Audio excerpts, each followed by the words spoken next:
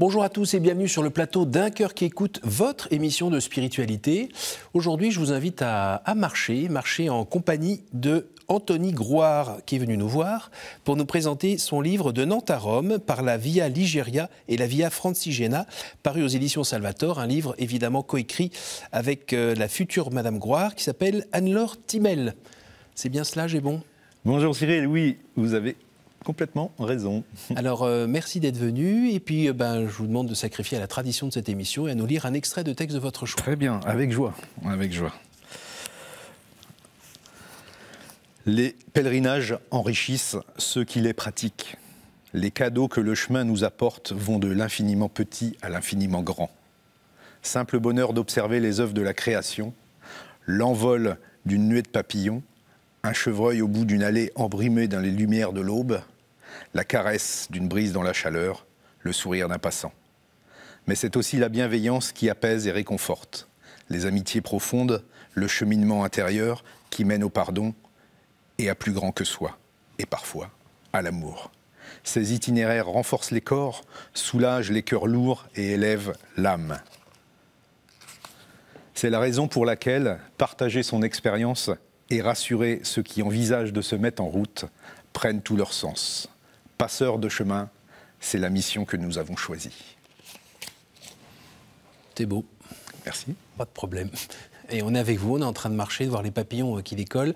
Et surtout, il y a une histoire donc de transmission qui vous anime ? La transmission des chemins, ça nous paraît très très important. On a maintenant avec Anne-Laure une riche expérience des chemins de pèlerinage. On est allé plusieurs fois à Saint-Jacques, vers le Mont-Saint-Michel, Rocamadour, et là, Rome maintenant. Et on a envie de dire aux gens, mais posez-vous un peu, arrêtez, découvrons les territoires à 4 km/h, marchons vers ces lieux saints, ces sanctuaires pour la plupart millénaires, allons découvrir. Les itinéraires, les chemins, ce sont des lieux de rencontre et de partage aussi. Et qu'est-ce que ça peut faire du bien à l'âme et au corps ? Alors, avant d'aller plus avant sur ce chemin que vous nous proposez, j'aimerais qu'on puisse aider un peu les téléspectateurs à savoir qui vous êtes. Là, on a un gaillard en bonne santé, bien en forme, bien musclé. Ça vous vient d'où ? Ça me vient d'où ? Alors, moi, j'ai 52 ans et j'ai passé 20 ans dans les forces armées, et notamment dans l'infanterie de marine. Voilà, c'est cette belle arme de l'infanterie de marine. Donc tous les matins, vous continuez à faire vos 50 pompes, courir les 20 km à 6 heures ? Ça fait quand même quelques années que j'ai quitté, après 20 ans de vie intense. Voilà, j'ai vécu un moment, des moments intenses. Et certainement, le moment le plus intense de ma vie, ça a été au cours de ces 20 années, une année particulière qui est en 1995. J'étais casque bleu en Bosnie-Herzégovine, à Sarajevo, dans le siège. Donc le bataillon était logé à la Skanderia, au centre. C'était un ancien site olympique. Et là, quand on se remet un peu dans l'histoire, c'est déjà lointain, ça fait déjà 30 ans, Sarajevo était pris sous le siège de l'armée serbe. Et donc nous avec, si je puis dire, pardon. Et donc là, pour se ravitailler, il fallait prendre des véhicules et sortir de ce qu'on pouvait appeler la cuvette de Sarajevo, pour aller rechercher provisions, matériel, carburant à l'extérieur de la ville. Et donc pour ce faire, on prenait des véhicules blindés à roues et on montait la piste à la nuit tombée, et l'idée c'était de redescendre avant la levée du jour. Et là, ça se pratiquait souvent par des petits paquets de 4 véhicules qui étaient assez espacés, de quelques dizaines de minutes. Et voilà. Et généralement, la piste que nous empruntions était une piste assez crayeuse, assez claire. Il faudrait imaginer dans la nuit, dans un théâtre en guerre, théâtre d'opération en guerre. Et donc cette voie, nous descendions sans phare, la montagne, la piste et le ravin, et en face les belligérants, si je puis dire. Un peu de peur quand même là-dedans ? Oui, on peut pas éloigner la peur, et on peut tout y mêler, excitation, peur. Même quand on est un casque bleu, donc oui, un soldat de la paix. c'est pas forcément une situation qui est facile d'être casque bleu, surtout dans des opérations importantes comme celle-ci. Donc voilà, et malheureusement pour nous, en descendant, on a les premiers véhicules ont été sous le feu des Serbes, et donc moi j'étais le dernier véhicule de cette rame de véhicules blindés. Et en entendant ce qui se passait devant nous à la radio, le garçon qui était avec moi, qui est un Tahitien, j'ai une belle expérience de la Polynésie, et était là, et en entendant que ça allait de plus en plus mal, il a sorti une petite carte de la Vierge et l'a posée devant le volant, et il m'a dit « Écoute Anthony, maintenant c'est à toi de jouer, et c'est toi qui vas nous faire descendre ». Et là, ça m'a extrêmement touché. Je suis quelqu'un qui est converti, on va peut-être y revenir plus tard. Et donc là, on est passé, on a réussi à descendre dans Sarajevo au prix de tirs directs dans notre véhicule. Je transportais 7000 litres de gasoil derrière moi. C'est quand même un fait qui marche. Et une petite bombe ambulante, quoi. C'est ça. Et donc, nous sommes arrivés dans les faubourgs de Sarajevo, entre guillemets hors risque, avec les pneus crevés, la carlingue un peu percée, mais en vie. Et là, cette expérience m'a fait dire que moi qui étais assez athée... C'était pas le hasard. C'était pas le hasard. Là, j'avais certainement un rendez-vous avec Marie, avec la Sainte Vierge, mais derrière, elle me montrait certainement la voie de ma rencontre avec le Christ. Voilà. C'est quand même étonnant dans ce cadre qu'on imagine viril, un peu rentre-dedans... on s'écoute pas, on avance, on sort les doigts de machin, tout ça. Là, le gars sorti naturellement. Oui, naturellement. Cette photo de la Vierge. Naturellement, ouais. On avait des gros gilets pare-balles à cette époque-là, avec des grosses plaques de Kevlar, et on a une poche devant. Et il a sorti cette carte, et c'était Marie, ouais. Et parce que dans ces moments-là de vie, on ne peut pas être autrement que vrai, authentique et... Ah voilà, personne ne triche, là. Hein. Ben oui. Là, ce sont quand même des moments intenses dans la vie d'un homme ou d'une femme, hein, bien évidemment. Ce ne sont pas des moments où on peut tricher. Hein. La peur fait partie du jeu, l'excitation fait partie du jeu, si je peux qualifier ça de jeu, bien évidemment. Et alors quand on reçoit la chance quand même de vivre cette expérience et d'avoir un signe vraiment clair, qu'est-ce qu'on en fait ? Qu'est-ce qu'on en fait ? Alors, au bout de 20 ans, moi, j'ai quitté l'armée. J'ai quitté les armées parce que j'étais quelqu'un sous contrat, comme beaucoup de gens dans les armées. Et 40 ans d'âge arrivé, il était temps pour moi aussi de penser à mon avenir.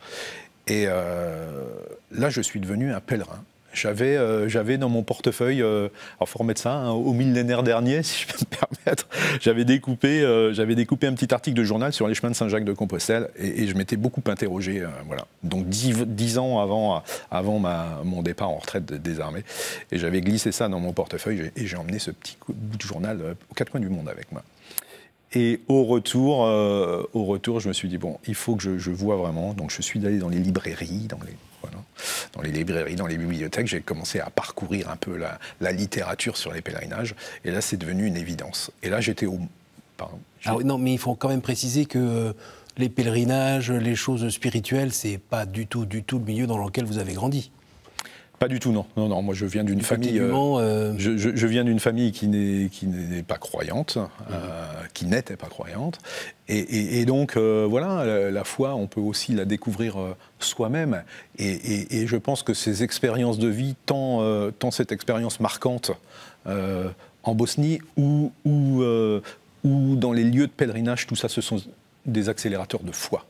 Parce que sur les chemins, que ce soit courts ou longs, on marche d'abbatiale en collégiale et de prieuré en cathédrale.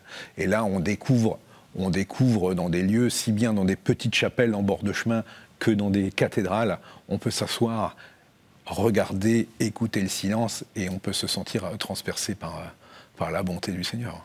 Qu'est-ce qui fait que ça n'était pas que la performance sportive ou le truc pour briller en soirée, pour dire... Moi, je suis allé à Compostelle en marche arrière sur une jambe. Alors, en marche arrière sur une jambe, cher Cyril, ça va être un peu dur. Un peu long. Un peu long aussi, voilà. Cependant, non, c'est pas ça, c'est pas moi, ma vie, mon œuvre. On va y découvrir des choses et c'est très, très intérieur.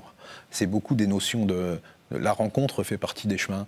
Le partage, voilà, par exemple, en bord de Loire, quand on part sur la Via Ligéria, donc de Nantes vers Rome, on a rencontré une petite grand-mère qui balayait devant son portail. Elle a dit bonjour les jeunes, vous allez où? On s'en va à Rome. Comment ça, vous allez à Rome? Et là, voilà, la discussion s'engage. Entrez donc boire un café, j'ai un gâteau. Allez, on va partager ça. Et là, vous ne serez pas en retard? On ne serait pas en retard. Nous ne serons pas en retard. Et donc voilà, et tout ça, ça apporte vraiment une dimension pour moi, chrétienne intense. Vous avez parlé tout à l'heure, vous avez posé le mot de conversion. Oui. Vous la placez quand? Quoi? Comment? Le premier signe de ma conversion, c'est donc cet événement à Sarajevo. Et puis après, un long cheminement. Les chemins sont un accélérateur de foi, comme je l'ai dit précédemment. Un accélérateur de foi, la rencontre avec Anne-Laure, et puis tout ce qu'on y met. On y met beaucoup d'âme, on y met beaucoup de cœur. Et on a envie de dire aux gens, mais allez-y donc, parce que vous pouvez. Tout le monde ne trouvera pas ça, mais vous pouvez trouver des choses très bonnes. Est-ce que vous avez le souvenir de lieux, de moments particuliers où là, ça a été un coup de boost ou peut-être un autre signe? Beaucoup de signes sur ces chemins. Comme je disais, je reviens souvent à la rencontre parce que la rencontre fait ça.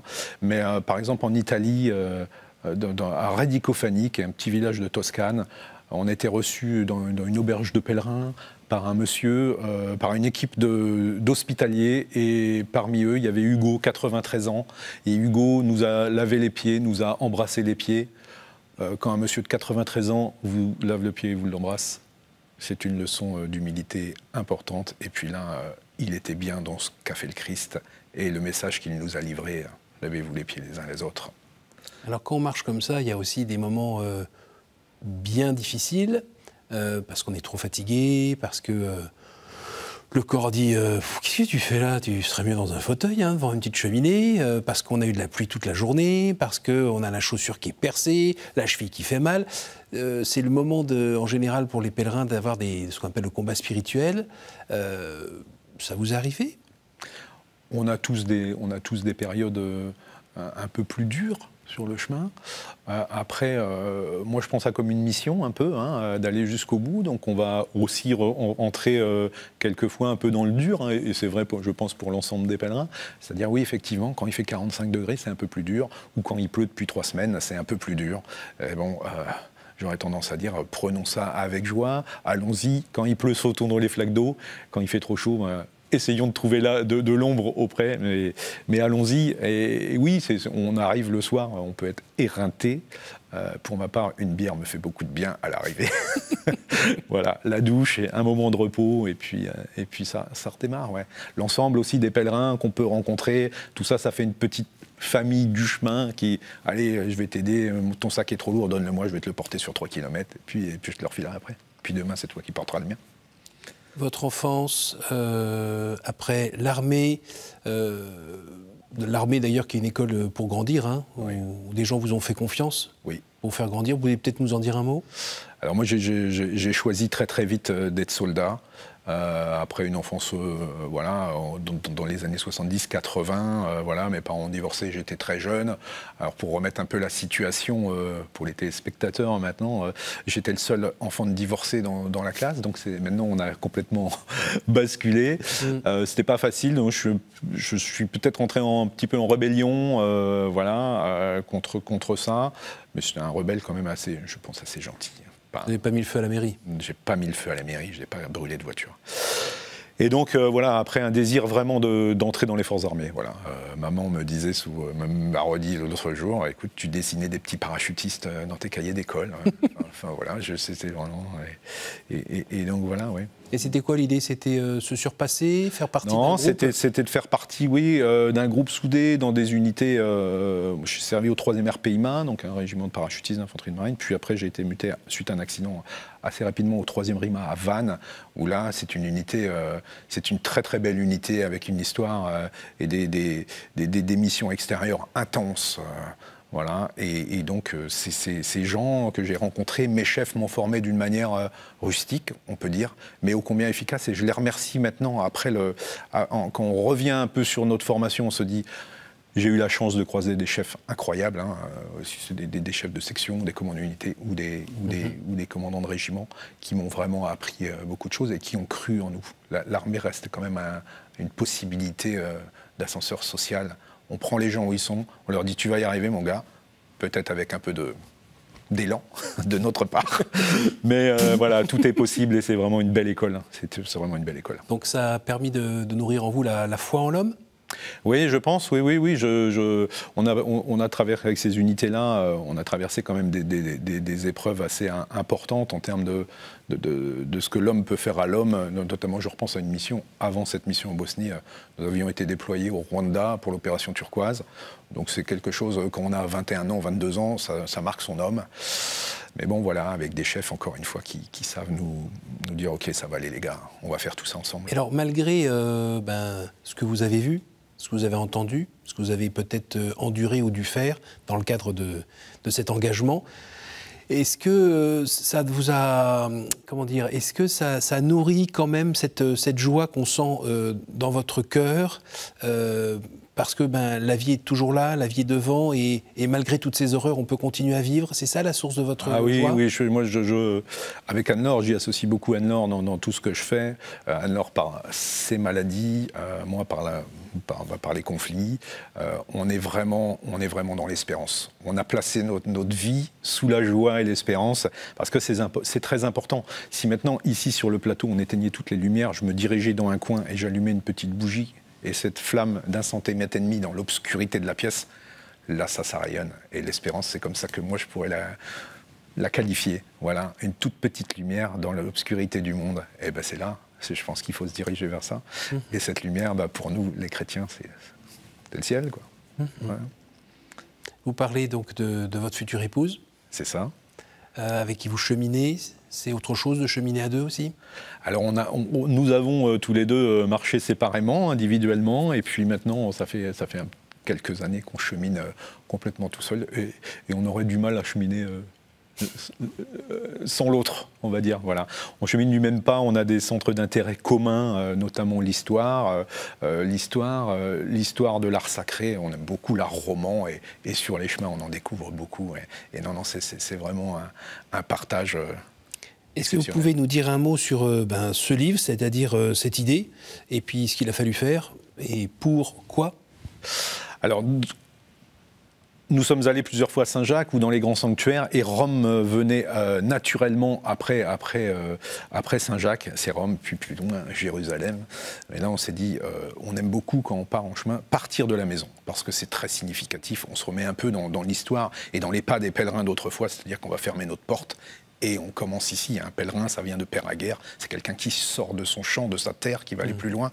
Et donc on s'est dit, mais pourquoi pas aller à Rome ? L'histoire a commencé à 6h du matin, j'ai ouvert les yeux, j'ai dit à Anne-Laure, on va aller à Rome. Elle m'a dit d'accord. J'ai dit, on va tracer un chemin. Elle m'a dit, ok. Et qui n'existait pas, ce chemin de Saint-Pierre de Nantes à Saint-Pierre de Rome. Et je lui ai dit, écoute, ce qu'on peut faire, c'est on ne va pas le faire pour nous, mais on va surtout le faire pour les autres. Donner la possibilité aux gens de l'Ouest de partir de Saint-Pierre ou de Saint-Pierre de Nantes ou d'autre part pour se mettre en route vers Saint-Pierre de Rome. Là, je vais vous avouer, Cyril, qu'il y a eu un petit blanc. Et au bout d'un moment, elle a dit « Ok, le projet est complètement fou, mais allons-y. Hein ». Et c'est comme ça que ça s'est passé. Donc voilà, Saint-Pierre de Nantes, Saint-Pierre de Rome, un itinéraire qui va s'étaler sur 2100 km. Alors nous, on n'a pas créé jusqu'à Rome, bien sûr. On a donné la possibilité donc aux gens de l'Ouest de regagner Besançon. Et là, on va faire jonction. Juste avant, on a un petit village qui s'appelle Bucélégie. On va faire jonction avec l'antique via Francigena, qui elle part de Canterbury et qui emmène les pèlerins à Rome. Donc c'est 800 km de chemin à travers la France. Cap à l'Est. Donc le défi, c'était de trouver une voie carrossable, non carrossable ? Une voie où les piétons puissent marcher tranquillement. Alors nous, on a la chance à Nantes d'avoir un élément naturel majeur qui est la Loire. Donc on s'est appuyé sur la Loire, d'où son nom, la Via Ligéria, la voie de la Loire, qu'on va suivre quasiment jusqu'à Tours. Et puis après, on va s'appuyer sur le Cher qui devient Canal de Berry, qui va nous emmener à Bourges.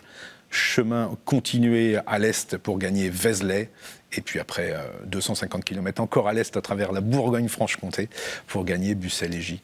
Voilà. Vraiment un itinéraire qui change vraiment des itinéraires, des autres itinéraires de pèlerinage. On marche 800 km à l'est. Et donc l'est, c'est aussi le chemin de l'Orient. Et voilà, et le spectacle le matin à 7h, quand on prend le chemin, 7h30, c'est lever de soleil sur la Loire. Je peux vous assurer que c'est juste presque divin.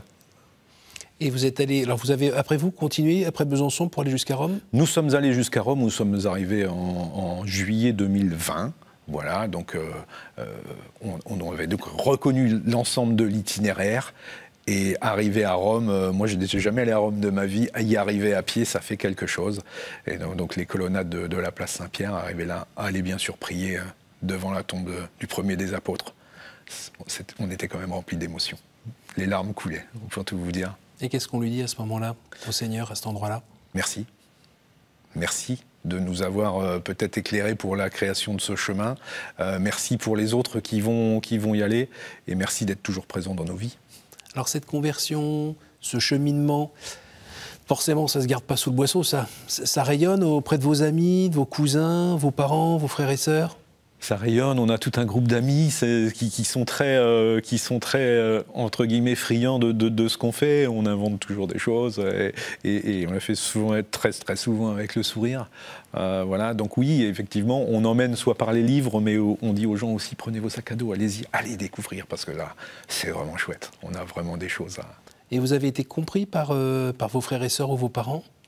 Ah oui, oui, une réelle compréhension du cheminement tant intellectuel que physique. Ouais. Ça les a bougés un peu c'est pas anodin ce qu'on vient de réaliser là quand même. Et oui, je pense qu'il y a de la joie, puis peut-être pour eux, je l'espère, une certaine fierté quand même de ce qu'on a réalisé. La réalisation aussi de la fin de ce chemin-là, c'est la rencontre avec le pape François. Nous avons été reçus grâce à l'intervention de Monseigneur Perceroux, qui est évêque de Nantes, qui nous a aidés à rencontrer. Donc on a présenté la Via Ligéria au Saint-Père, qui a levé les bras au ciel en disant de Saint-Pierre de Nantes à Saint-Pierre de Rome. Voilà, il a béni la voie, il nous a bénis. Et donc voilà, on est aussi dans une démarche, une belle démarche. Ouais. Le monde a besoin de ça? Je pense que le monde a énormément besoin de ça. Énormément. Parce qu'on rentre dans la simplicité. On arrête de vivre à 100 km/h, téléphone, ordinateur. Là, non, nous, ce qu'on propose, c'est pas forcément du beau temps. C'est aussi tout découvrir à 4 km/h. Donc là, on prend tout en compte et on arrête. Qu'est-ce qui devient important, finalement? C'est peut-être le basique de l'homme. C'est je mange quoi, je dors où? Voilà, ça, je pense que ce retour aux sources... Je pense que ce qui fait peur, parfois, c'est un peu la solitude, l'ennui, pour certains. Mais parce qu'ils ne connaissent pas.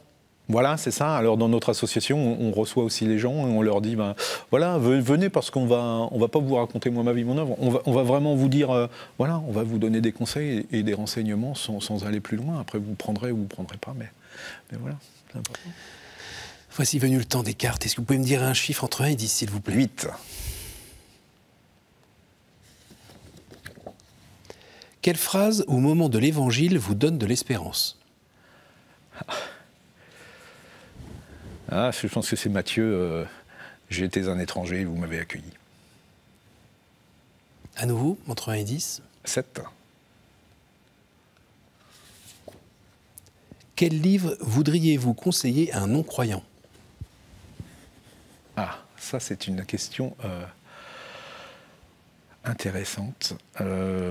Qu'est-ce que je pourrais... peut-être dans la thématique?